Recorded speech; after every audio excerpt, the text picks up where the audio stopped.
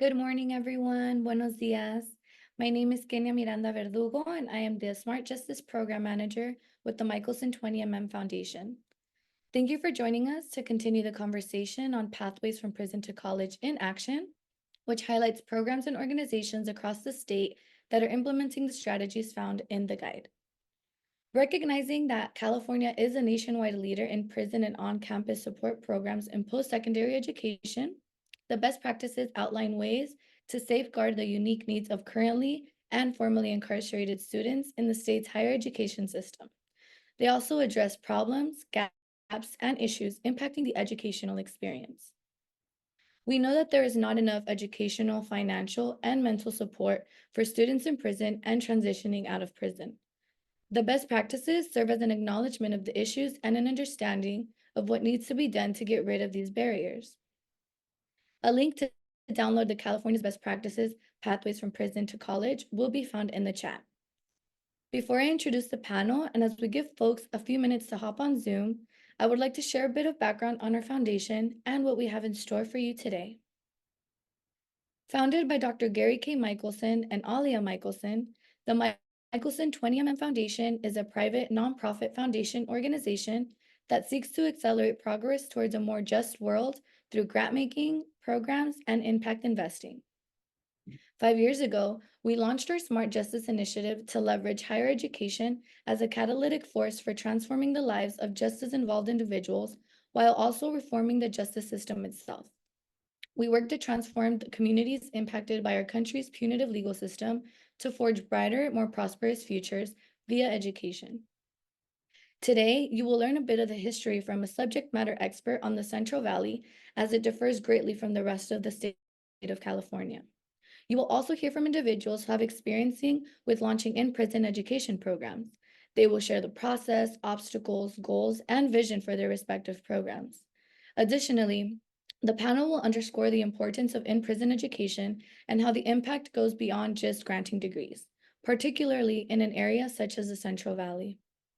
As a note, before we get started, I would like to remind everyone that you will be able to ask questions via the Zoom Q&A function throughout the webinar. And also feel free to utilize the chat function to connect with one another. We will also be dropping a link to a post-event evaluation in the chat so that you'll have it readily available at the conclusion of the event. Your feedback is valuable to us as we plan future programming for our virtual learning series. With that said, it is my pleasure to now introduce our exceptional panelists. Please join me in welcoming Dr. Patrick Fontes, who is a professor of history at Fresno State University. Dr. Fontes' research interests include U.S. immigration history, California Central Valley history, and the criminalization of Mexican immigrants. Dr. Fontes is currently researching the Chicano movement at Fresno State College during the 1960s through the early 1970s. We also have Dr. Susan Derwin, professor of comparative literature and German studies at UC Santa Barbara and director of UCSB's Interdisciplinary Humanities Center. Dr. Derwin oversees publicly engaged programs in the humanities, including Foundations in the Humanities, a correspondence program in literary studies for individuals incarcerated in California prisons. Please also welcome Dr. Christopher Boberg, Associate Director of the UC Santa Barbara Interdisciplinary Humanities Center. He develops and administers the center's program and serves as a coordinator for the Foundations in the Humanities program. We are also excited to have Dean Jacobs with us. Dean spent 23 years of his adult life incarcerated. During this time, he dedicated himself to educational pursuits, including the Foundations in the Humanities program. In December of 2018, Governor Jerry Brown granted him clemency, which changed his sentence. Today, he is a certified addiction treatment counselor working full-time at a residential treatment center in Long Beach, where he helps others change their lives. We will now begin today's discussion with Dr. Fontes, who will share some of the history of the Central Valley. Sorry. Welcome. I'm honored to be able to present. I can talk for like 3 hours. I only have 10 minutes. I have a series of images I want to show you that are really compelling, that reveal the type of culture that Fresno was founded upon. We all know there's a difference between LA, the Bay Area and the Central Valley. It's almost like coming to a different country if you leave Palo Alto or Menlo Park and come to Fresno, but most of us don't know why that is. Um, After the Civil War, many Confederate refugees fleeing the violence and the destruction of their homes came to the Central Valley. This was the furthest west they can come without going to the Bay Area, where many Union soldiers retired after the Civil War. And this was the last of the Wild West. They came here to found a new South.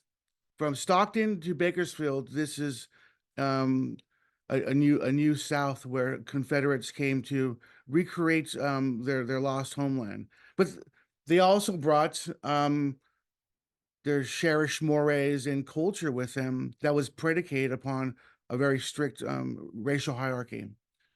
And one of the things that we see here in this image, this was taken in Fresno at the baseball park across from Fresno City College. This is Euless Baseball Park. Recently, the name was changed because John Euless was a founding member of the KKK in 1924 in Fresno. But this is a KKK initiation at the baseball park. And the reason why I'm talking about the KKK is because it's one of my specialties. And in 1924 was the height of the KKK across America. And Fresno, Long Beach, Oakland were hotbeds of Klan activity in California. In the 1920s, there was more Klan in California than any other state in the Union besides Texas. Pretty amazing, right? Most people don't know that. This was taken by Pop Laval, one of Fresno's greatest photographers, and Klan initiation. I read an article on this, and the article said these were all women being initiated into the Klan, 1924. Next slide, please. Here's another, this is not Fresno, but this is to show you that there are certain slogans that are used throughout American history that if you don't know the history behind that slogan, you may not catch it, but America first. This is a slogan that's being used by the right, by Trump. And we see it resurfacing throughout American history through far right wing groups. And again, in the 1920s, many women were Klan. There was Klan sororities across the nation's universities. There were Klan cheerleaders at high schools. And here's another image of next slide, please. This is the book I'm working on. My Klan research is a major chapter in this work that I only have a couple chapters left. I have the end date of December to wrap it up, and I spent roughly 2 years at the Superior Court Archives in Fresno, looking at about 1,000 criminal court cases and how various immigrant groups are treated by the justice system in Fresno from 1890 to 1945. And of course, my research found what you would expect, that young brown and black young men were being sent off to San Quentin and Folsom at an alarming higher rate than white defendants. And first-time offending Mexican and black youth were receiving sentences that hardened white criminals who were third-time offenders were receiving. Let's not forget that I think most of you know that San Quentin was established in the 1850s as a profit-making prison. They took their cue from Southern prisons and jails that enslaved black men and rented out their labor to plantations. And this was the model that was used for San Quentin in the 1850s. So look out for this book next year after I write my last two chapters. Next slide, please. I tell you these numbers. Sorry, I think it's a part of it's cut off the right-hand side.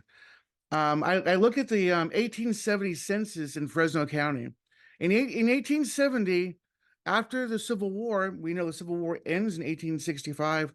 Roughly 75%, around 75% of the white pioneers here in the Fresno County area were from the Confederacy. Visalia also, and they brought their wealth with them. They established farms. all the first doctors, lawyers, teachers, professors, dentists, lawmen, judges, most of them were born in the Confederacy in the Deep South. And they established the foundation for the culture in Fresno.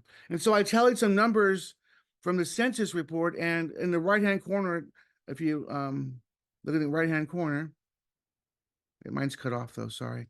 You'll see that the wealth that was present in the valley, in the Fresno region in 1870, that the Confederacy had here that Southerners had in Fresno, was roughly 2 or 3 times more than the Union settlers. Just to show you a bit of their power here in the valley. Next slide, please. These are staggering numbers. The 1920s is often called, right, the Roaring Twenties, but in some ways it should be called the Klan decade, because in 1924, which is the height of the second Klan in America, of course, the first Klan is established in 1865 after the Civil War in Pulaski, Tennessee. The second Klan is a result of Hollywood and the birth of a nation, but the population in America in 1924 is 114 million people. 114 million people. Now, I have different estimates between 4 million and 8 million. The New York Times reported 8 million. We'll say 6 million. 6 million Americans are enrolled in the Klan membership rolls. 6 million out of 114 million. That's a lot of Americans, right? So if I say Klan, most of you have this, most of us have an idea of what we think a Klan member is, right? Maybe an old white guy from the South, rural. In 1924, everyone across America, from all sectors of society, are Klan, right? And that's a lot of Klan across America in 1924. Next slide, please. Let's just skip that. I already read that out. So next slide.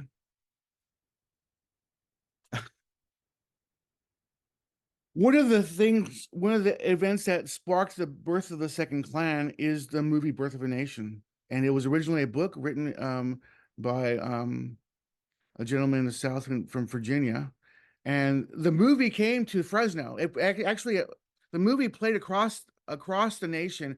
And everywhere the movie plays across the nation in 1915, there are protests outside by the NAACP, by white and black pastors who see it as an evil in their cities. It's because it often caused race riots. All across America, there are protests outside theaters. San Francisco and Los Angeles, the city councils make W.D. Griffith take out certain scenes before he shows the movie in their towns, their cities. Not so in Fresno. It receives an overwhelming applause, and in Fresno, there are no protests, because in Fresno, there's still people alive who went through Reconstruction from the South. And if you read the reviews, I have several reviews from the newspapers in Fresno, overwhelming praise. One reviewer said, "This is the best thing that's ever happened to Fresno, is the Birth of a Nation." In the movie, the Klan are shown as the heroes of Reconstruction, as they fight against the intrusion of northern whites and evil black men who want to rape white women. But this is received in Fresno and spawns the birth of the second Klan across America. Next slide, please. I know I have 2 minutes left. These are membership cards, and the upper right, is signed by John Eulis, whose name was on the baseball park at City College for a very long time, but until a couple of years ago. And this is just a card saying, "I will be a good Klan member and uphold white supremacy." Interesting little artifact we have. Next slide, please.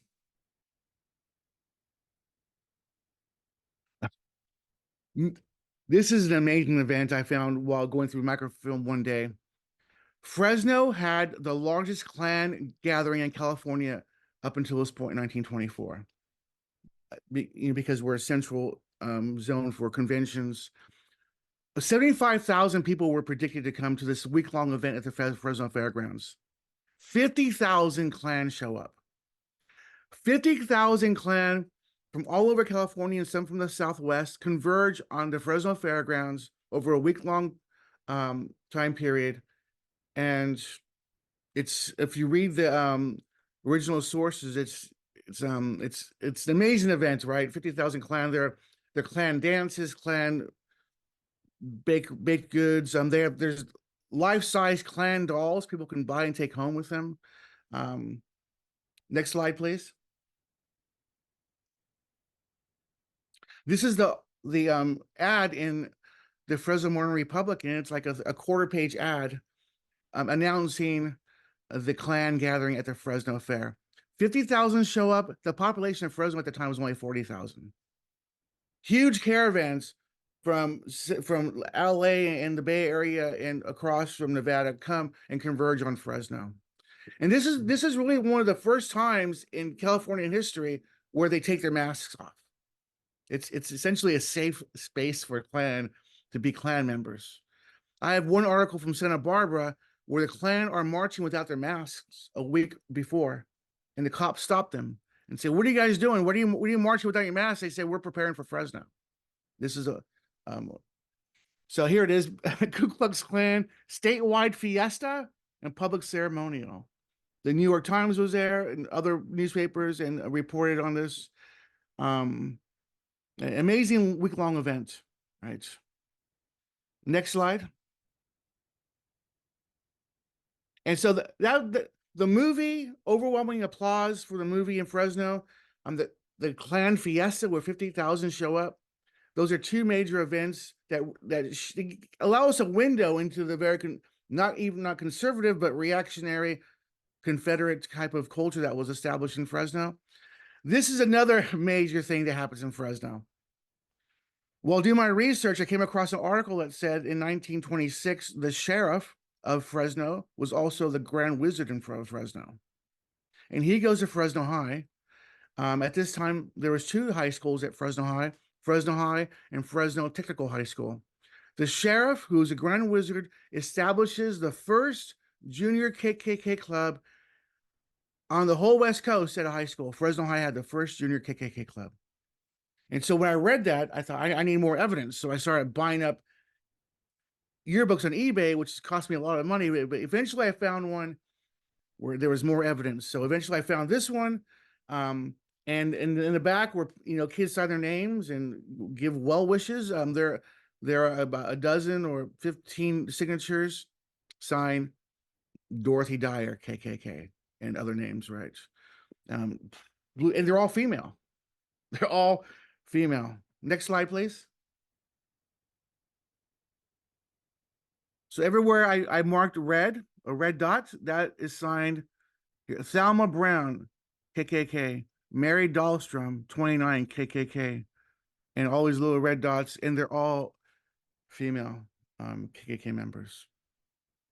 No doubt most of them, their fathers were, or the mothers were in the KKK, and they're carrying on the tradition at Fresno High.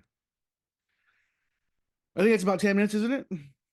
So that's I could talk for hours, but these are like the major things that happen in Fresno that give us a window into this kind of reactionary culture that lays the foundation for the justice system, for the segregation in Fresno, and it's here. This is the foundation after the Civil War. That's it. Thank you, Dr. Fontes, for that really impactful presentation. I will now hand it off to Dr. Derwin.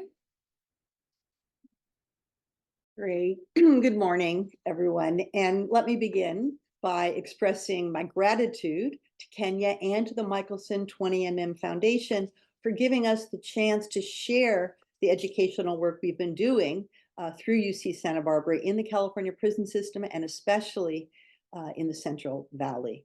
And I'm going to be here on screen right now very briefly to set up a discussion of this program that my colleague Chris Boberg will be leading. And I'll start just with the origin story of this program. So about 10 years ago, a former UCSB student of mine who had graduated already became incarcerated.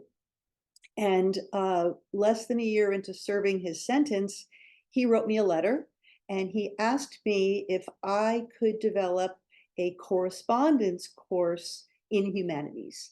And he told me that what he was looking for was something to bring the men on the yard together to talk about a shared interest or a focus, something other than the day-to-day goings-on of the yard. He had also sent me as a sample a learning module from a correspondence reentry program, and he hoped that this format that they were using could be of use to the program he wanted us to develop. So I agreed to do this, and I began to design the Foundations in the Humanities program in literary studies. My former student, all through the process, gave me input about the kinds of materials he and others thought would work well. So there was back and forth between us as I developed the first reading list and the series of short essay questions that would accompany this first course. So I started to offer this program via correspondence to 4 men on the same yard as my student, along with him. And quite soon, I started to receive many requests from other men on the yard who also wanted to participate. And so the program grew. And as it did, I began to get requests from men on other yards at this facility and then from other prisons. And so it became necessary, and it was an opportunity for us to train UC Santa Barbara Humanities PhD students who could serve as instructors in the program. I'll just mention finally that I also collaborated throughout this process with the director of that initial program, a prison correspondence program that had served as my model. That program is PREP, which stands for the Partnership for Reentry Program. And along with the director of that program, I made regular visits to various prison sites to facilitate workshops in person with the participants of both of our programs. So I'm going to now hand the story and the history over to Chris. Well, thank you, Susan, for the introduction. I'd also like to extend my thanks to Kenya and the Michelson 20MM Foundation for the opportunity to speak today. I am very excited to get to talk about Foundations in the Humanities, which is a correspondence program in literary studies that we run here at the Interdisciplinary Humanities Center at UC Santa Barbara. Can we go to the next slide, please? The Foundations in the Humanities program does not teach a hard body of knowledge directly. Students who take a course will not leave knowing the history of the Civil War, the history of the KKK and Fresno, nor does it teach of a vocation. So why should students take a course in literary studies? Foundations in the Humanities introduces students to bodies of cultural representations, written works that engage the reader's mind and imagination. Imagine for yourself, imagine that you are incarcerated, living in a cell, confined. Perhaps a global pandemic leaves you with little opportunity to talk with others. Imagine then what it would mean to read something that can transport you to another world. To read literature, especially while incarcerated, is an experience of travel across time and space. And on that literary journey, you develop skills. Through a series of carefully selected readings and targeted essay questions, students in the Foundations program learn to interpret literature and express their thoughts in writing. Next slide, please. As Susan mentioned, the Foundations program was started in 2016, and from those modest beginnings in one prison with a handful of students, it has really grown. Foundations is now active in all 31 California state prisons, serves roughly 150 students a year, with over 1,000 students having taken a course in the program. And in 2022, we received a 3-year innovative programming grant from the CDCR to focus our energies on California State Prison Corcoran. Next slide, please. The Foundations program comprises 3 courses. Foundations 1, Introduction to Literary Studies. Foundations 2, Selected Works of American Literature. And Foundations 3, Studies in the Novel. Each course has 6 assignments sent by mail. And for each assignment, students read a text and answer 4 to 6 short essay prompts. And again, as Susan mentioned, each student is paired with a graduate student mentor here at UCSB. And the students send their written assignments to their mentor via the mail. And the mentor reads this and writes a detailed individual response, focusing on developing the student's interpretive and critical reading skills. Students then receive their next assignment, again via the mail, along with their previous work and their mentor's feedback. And when they complete the course, they receive a certificate of completion. And I know there's a lot of talk about what they're getting in the mails, but these materials really matter for our students.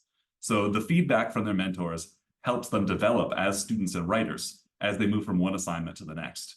And when they've completed the course, they then have a portfolio of all of this work that documents their improvement as they go along. And then whenever students come up for review before the parole board, their portfolio and their certificate of completion document that they are on a path toward rehabilitation, self-development, and preparation for release. Following each of these courses, students evaluate their experience. And this provides us with very important feedback that helps us to adjust curricula and understand what the students are learning in these courses.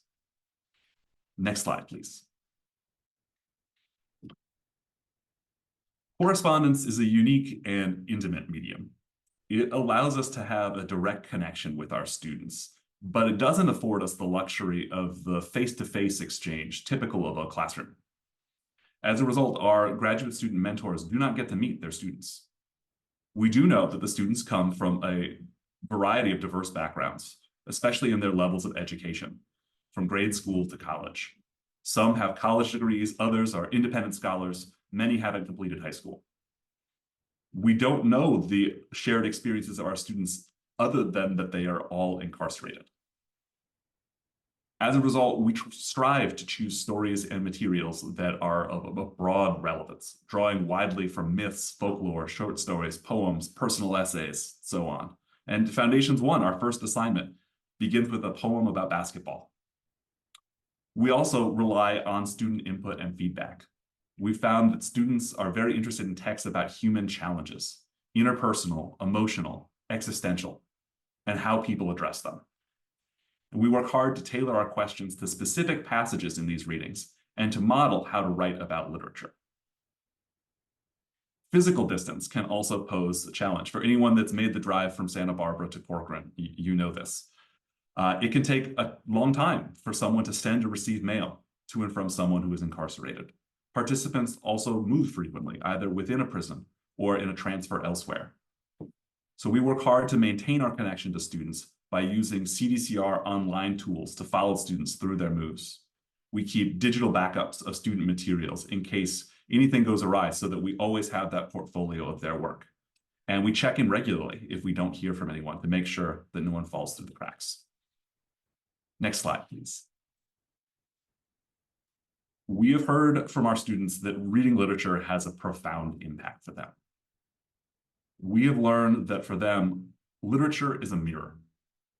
In reading about other worlds, students are also learning about themselves. That literature is deeply personal, that students are searching for self-knowledge. That literature is a portal. The process of writing about stories, poems, and essays is a key piece of self-examination.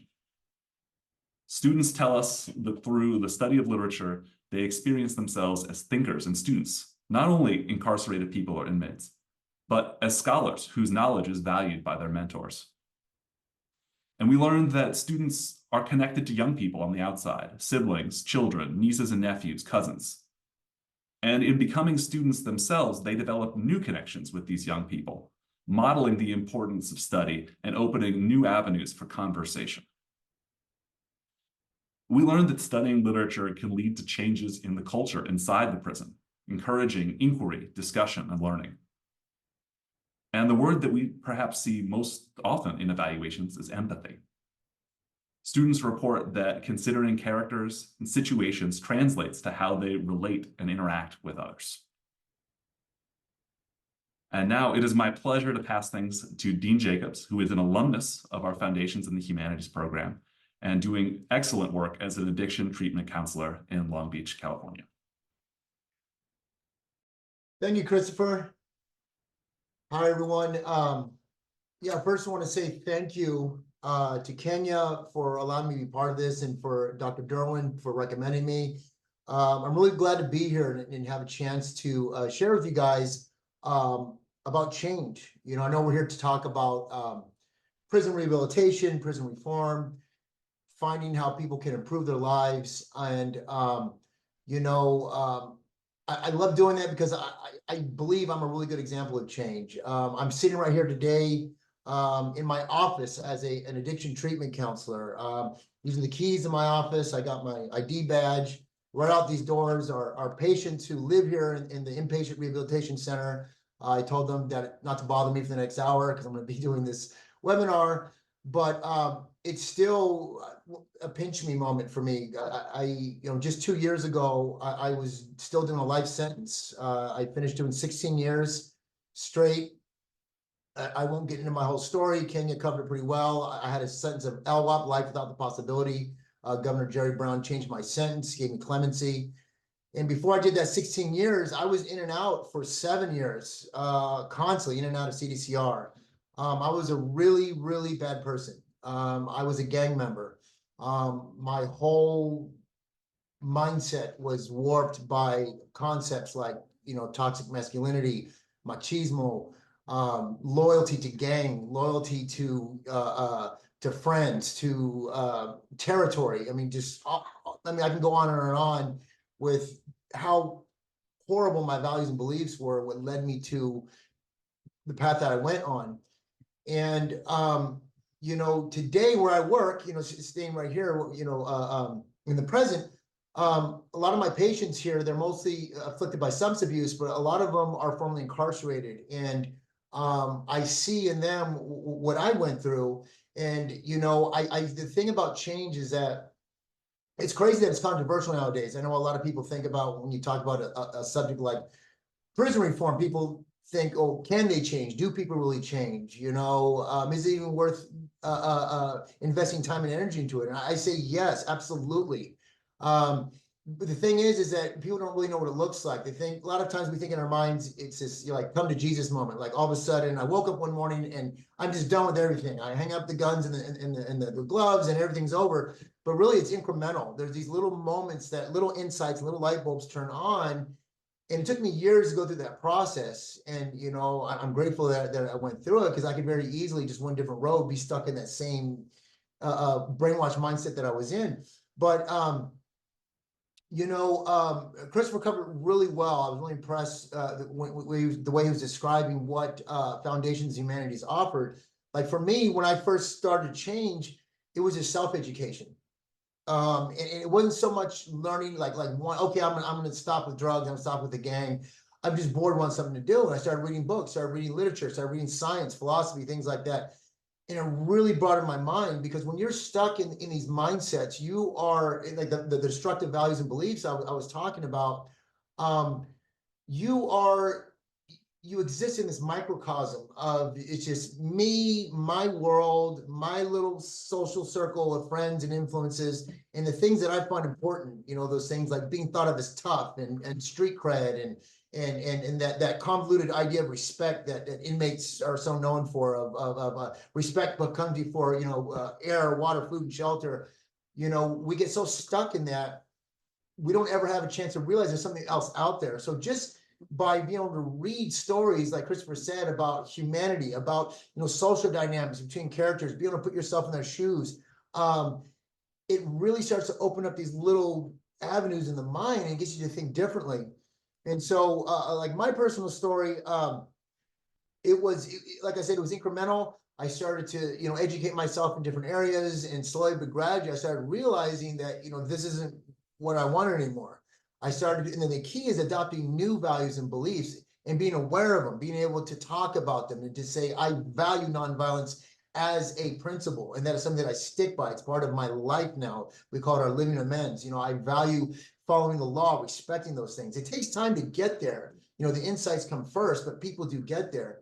You know, if I can show you around my office, I won't turn the camera, but I have lots and lots of different diplomas that I all got while incarcerated. And I owe that a huge debt of gratitude to CDCR for giving me that, you know, that chance to do that. You know, it was because they added the R, you know, the rehabilitation to CDC. And they took that seriously, and I took advantage of that. And you know, I got my associate's degree, I got all my certifications for addiction counseling inside, which allowed me to be a counselor in there and help men on their journey. And I've seen that journey, you know, spending years with these guys and helping them come to evaluate their old values and beliefs, find the ones that aren't working for them, and adopt new values and beliefs.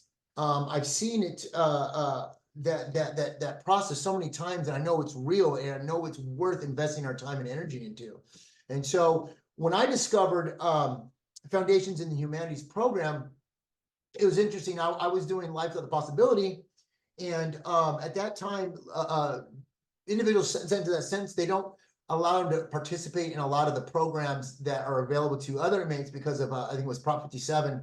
Those are more, there was only so much space in a lot of those programs, and so they get filled up really fast. And I wanted to do it just because I wanted to just participate in anything else I could get. I became really hungry for rehabilitation. And so a friend of mine told me about it. I knew that they were affiliated with Partnership for Entry program with Sister Mary Sean, and I was just blown away. I mean, there was a lot of there's stories from classic literature, and as the time's going on, I've seen that they're actually pretty popular, and the stories were very interesting. They weren't complicated. Anyone at any reading level can follow them, and you get invested in the characters. You get invested in the human spirit, in the human dynamics. There's stories of human struggle, of family dynamics, of tragedy, and even stories that have you evaluate values and beliefs, like Born Bad, you know, is a good one. Sandra Cisneros, where you look back and you evaluate, you know, do traditions, you know, you know, when someone's told me I'm bad because it's traditional, is this really the way I am? You know, there's lots of different perspectives, and like they said, it's the feedback that was really cool. You know, I was stuck, you know, in a cell about 23 hours a day, and I'm writing these letters out. And I really appreciate the feedback because I know I'm being heard, and the little things that I find, I'd be really excited writing my essay and finding, you know, like, oh, this is an interesting dynamic, or this is an interesting part of the story, and getting that you know, that validation back from someone that has doctor behind their name, you know, someone that's a professor in a college, and it made me feel really good. And I would tell a lot of people, you know, hey, you gotta get involved in this program. It's really cool. And you know, I'm really glad to hear that CDCR is catching wind of it and will actually, you know, expand it. It's gonna it really it helps, as I said, it helps people see that, to get out of their little microcosm, to see that there's more out there, to put yourself in other people's shoes, that to be curious about the outside world and the human experience. And you know, since I've been here as an addiction counselor, I run group therapy twice a day. And I've been incorporating the curriculum. That's how I got in contact with Dr. Derwin. I contacted her. It's like, hey, can I get copies of the stories and essay questions? And so I sit in a group with people, and I got people with horrible stories there. I mean, we got people struggling with abject poverty, that have gone through sexual violence their whole life, that chronic homelessness. I mean, the list goes on and on. Bring in these stories. We don't do the essays, but we talk about them. I use the essay questions as discussion topics. They really get involved. And I'm so impressed to find people that just, you know, weeks ago, they were out there homeless, you know, strung out on fentanyl. They're actually leaning into the stories and finding the little subtleties and talking about it afterwards. So, you know, I love this program, and I think it is very worth investing our time and energy to, and getting it to more inmates as possible, because it does bring about change. It gets people to consider a whole different perspective from the perspective they've been in their whole life. And like I said, you know, I'm living proof. I'm still like in shock that I can say I'm in my office. Like, how the hell is that even possible? You know, I'm off parole. I'm living a life of a normal citizen, and I love what I'm doing. I'm giving back, and I owe a lot of that to, like I said, CDCR for giving me that chance for the college education, just having access to books and literature that help broaden my horizons, and very much to the Foundations in the Humanity. You know, I'm really grateful for that opportunity, and it really did a lot for me. So I think I'm out of time here, 10 minutes. So I will thank you guys again. I really appreciate this opportunity to speak, and I will hand it back to you, Dr. Derwin. Okay, well, thank you so much, Dean, for speaking so passionately and eloquently and instructively about the work. I'm now going to talk about another program that is in development at UC Santa Barbara, but I just want to assure you that this is not going to subsume or supplant foundations, that we are going to continue to run foundations in humanities alongside this program, should it come to fruition, and I very much hope it will. So I'm talking about a Bachelor of Arts degree in comparative literature, so an extension of this work in literary studies in California State Prison, Corcoran. And we at UCSB are very excited to be on track, hopeful that we will be able to offer this degree to students who are incarcerated at CSP Corcoran. Currently, we are fundraising to support our program. We're working closely with various stakeholders, including UC Irvine's Prison BA program, the Deputy Superintendent of Higher Education in the California Department of Corrections and Rehabilitation, and with the principal and staff of CSP Corcoran. And we're doing this to align our degree with existing educational policies and to secure the necessary approvals we would need to launch this program from state and federal agencies. Next slide, please. So this may not be new knowledge for many of our participants today, but I do want to provide just a bit of background to situate our University of California degrees. So as you may know, you probably do know that in 2020, the federal government passed the FAFSA Simplification Act. And this is the act that restored Pell Grant eligibility to incarcerated individuals. Pell Grants are what provides federal financial aid for college tuition, fees, books, and supplies. In California, incarcerated individuals using Pell funding must enroll in prison education programs that have been approved by CDCR and the Federal Department of Education. And that's why CDCR is partnering with the 3 tiers of California's public higher education system to offer associate's, bachelor's, and master's degrees. The UC programs that are, or in our case, we hope will be part of this partnership, are meant to serve as a demonstration project so that funding for them will eventually become a permanent part of the state budget. Regarding the UCSB program in particular, what is unique about it is that we are going to use a hybrid delivery mode. That is a combination of distance learning and on-site learning. And this hybrid format is necessary because Corcoran Prison is not close enough to UC Santa Barbara to make a purely on-site program feasible. So our hybrid model will be meeting an important goal, namely providing access to a UC education for qualified incarcerated students, including those in a remote location. Next slide, please. You've heard from Chris and Dean how the Foundations program has been of benefit to students and communities inside and outside of prison. And just to build upon what they've shared, just one point that I find very important. Children of incarcerated individuals are more likely to pursue higher education themselves if their parents are attending or have attended college while incarcerated. So opening pathways to higher education for incarcerated people through degree completion programs like those of the UCs has positive intergenerational consequences. Slide 4, please. We know that prison education influences the economic and social well-being of the state. We know that per year, it's more than twice as expensive to incarcerate someone in California than it is to provide a UC education. Education saves money. Advancing academic achievement among incarcerated individuals also promises to decrease recidivism and to increase public safety and economic opportunity. And I also want to add again here about our program that in creating an effective pathway from prison to higher education, we hope that the UCSB degree can also serve as a model for how to offer a quality hybrid degree program, a program that's using a hybrid delivery format. Next slide, please. So we hope to be able to begin the UC program in 2026. That is our hope. Pending approvals and successful fundraising, our plan is to admit 24 incarcerated students per year from Corcoran Prison as transfer students. They'll be admitted just as they would be admitted to study at a UC campus. And in the program, students will be taking a full course load for 2 years to complete their degree. The students are going to major in comparative literature.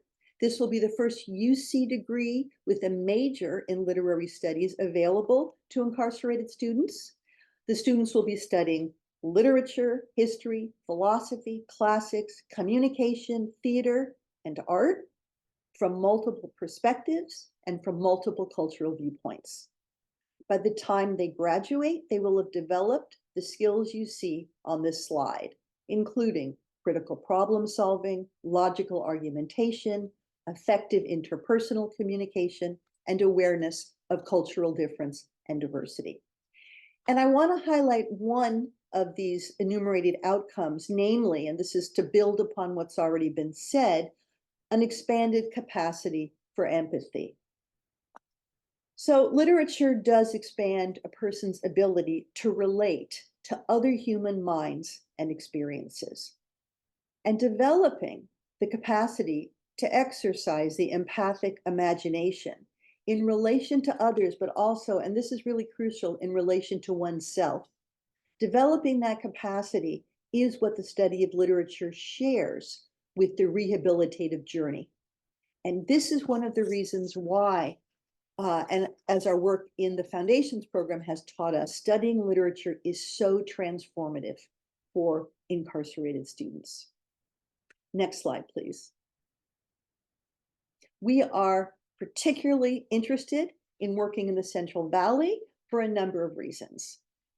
The Central Valley has a concentration of prisons. Over the course of 30 years, starting in the 80s, the state built 24 prisons and 16 community corrections facilities, and most of them were in the Central Valley. So clearly there's just a patent need for higher education programs in the region. We're particularly and very excited to be able to bring UC Santa Barbara to Corcoran because of the culture of learning that exists there. For several years, we've made regular visits to Corcoran to teach workshops with students in the Foundations program, particularly the program that's being funded through CDCR.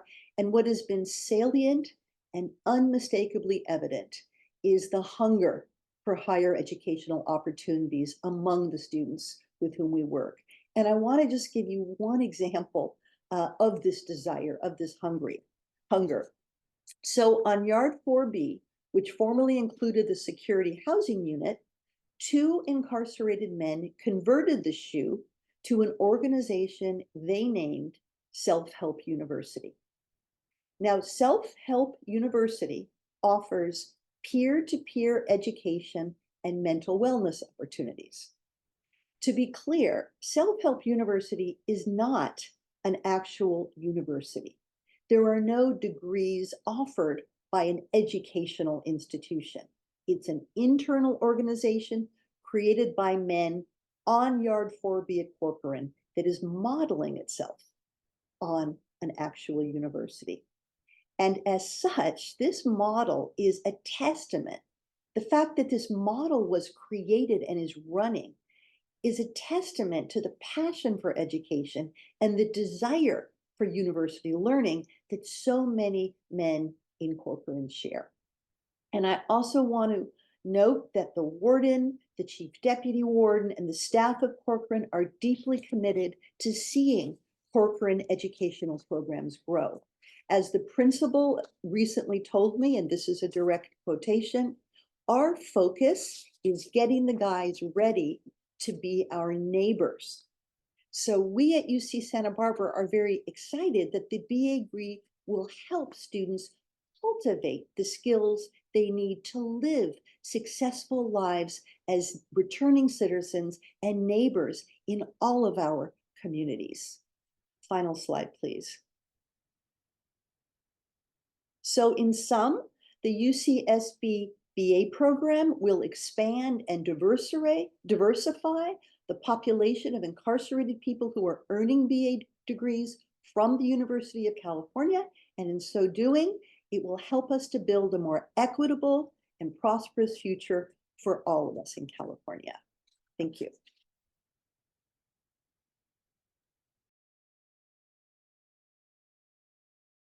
Thank you to our great panelists for this amazing presentation. We will now begin the audience Q&A. Please use the Zoom Q&A function to ask your questions. We will also have a post-event evaluation that will be available in the chat. Please consider completing it so we can gather feedback on this webinar and ensure future iterations align with your interests. We will begin with the first question that asks, does the hybrid model currently include formerly incarcerated students? So I believe they're alluding to the hybrid model that's hoping to launch soon at UCSB. Yes, so right, it does right now it doesn't include anybody because it hasn't yet launched, but there is the possibility, a very good possibility that this can happen, and I'll tell you how it would go. And in fact, we are really looking for opportunities to maximize the new possibilities that we learned about at the university during the pandemic when we were teaching strictly online. But one of the models that I'm anxious to develop would actually be to integrate the Corcoran students who would be zooming into the classroom with the classroom of UCSB students who are studying on site. And on our campus, we have a strong and active underground scholars organization that we're working with on developing this program. We are, there is a community of graduate students who are formerly incarcerated, and they will be involved once we launch, both as students, advisors, and even as teaching assistants, because particularly those who are graduate students in the humanities. So yes, this is an avenue that will be open to us to pursue.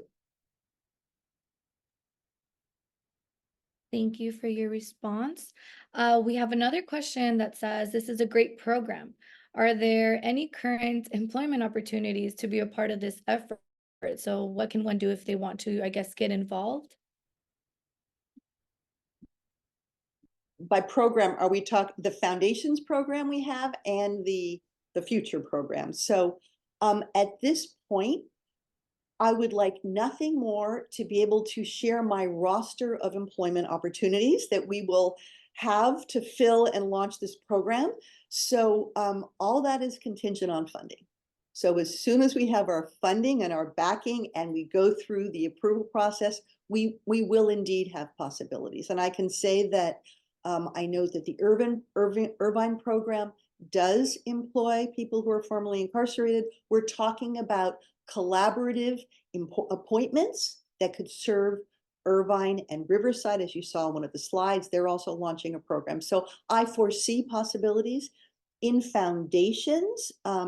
Chris, maybe you could just talk about who works in our program and, you know, the cohort of students and what that entails. Absolutely. So as Susan mentioned, foundations on the UCSB side is primarily internal. So we have graduate students, PhD students in the humanities who work as our mentors in the program. And we run the male side through UCSB and then coordinate at each individual prison with the teams there. With Corcoran, we've been working with the CRM's office to coordinate our programs, but we are not yet in a position to expand beyond that. However, I did see, if I can jump onto a couple other comments I saw in the chat, Foundations is available at all prisons in California. So anyone incarcerated in any prison, men's or women's, at any level of education is eligible to join the program. You can write to us, we will sign you up. I just want to add, we have had at least 2 formerly incarcerated students who have served as graduate student mentors who are currently studying at UCSB. And in the aspirational UC Santa Barbara Bachelor's of Arts, should a student be released during their studies, say after a year, they will be able to transfer to UCSB to complete their degree on the campus, where there are opportunities to work for us. And then, of course, they'll be able to apply to graduate school with their degree, and then they'll become PhD students at UC Santa Barbara, and then they'll go to work for us. Very streamlined. The next question is, what's the relationship between the UC system with the Central Valley prisons, jails, carceral systems? I'm surprised UCSB is in Corcoran. How about UC Merced? I guess, shall I take a crack at that? It is true that Merced, for example, is 100 miles from Corcoran, and I can't speak for Merced, but what I know about the campus, and I have spent time there, is that, Merced is a 20-year-old UC campus, and itself is in a tremendous growth phase, and a phase of gathering and consolidating programs and resources. And so I can only say, from our point of view in developing this program, it takes so much planning, both within the university and beyond. It's the Bachelor of Arts program. It's really like creating a mini university in another site, insofar as it engages everything from admissions to financial aid to counseling to the academic senate. So it takes a lot of energy, sort of faculty and staffing energy, to mount this program. And I know that in a younger university, those resources are often just devoted to strengthening and developing their own infrastructure and culture. But I can foresee periods in the future in which more UC programs or campuses will be involved in more prisons and more prison sites. So. Okay, I think we have time for one more question. Is there a plan to bring either program to incarcerated women's populations as well? Well, for the foundations programs, yes, absolutely. We are active in women's prisons as well. We'd be delighted to have more people sign up from those prisons. So again, we have all the information here. If you have any questions, you can contact me and we can get you signed up. We are in all of the prisons. We have participants from across the state. So, and we welcome, people from every site. So this is open and running in the women's prisons right now. All righty. Well, thank you so much. If anyone has any unanswered questions, we do have a section in the post-evaluation form where you can ask your question, and I will get back to you with an answer as soon as I can. So I do want to thank our amazing panelists for this really impactful conversation. Dr. Fontes, thank you so much for the amazing research that you do and for the passion of the work that you put behind it. And I know I always hear people say, like, we are from the Central Valley, but we're trying to get out. And I think it just speaks to your amazing work that you've, decided to stick by and educate others on the state of the Central Valley. I also want to commend Dr. Boberg and Dr. Derwin and Dean for the amazing work that you guys do directly with incarcerated and formerly incarcerated individuals.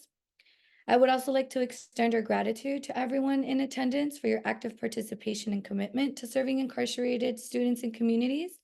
If you haven't had a chance to complete the post-event evaluation, we will post it in the chat once again. And we'll also post a recording of today's discussion on our YouTube channel, the Michelson 20mm Foundation, by tomorrow. You can stay engaged by signing up for our newsletter at 20mm.org to receive news and updates about our Smart Justice Initiative, as well as our other events and programs. Thank you all for taking the time to join us, and I hope you all have a wonderful rest of your day.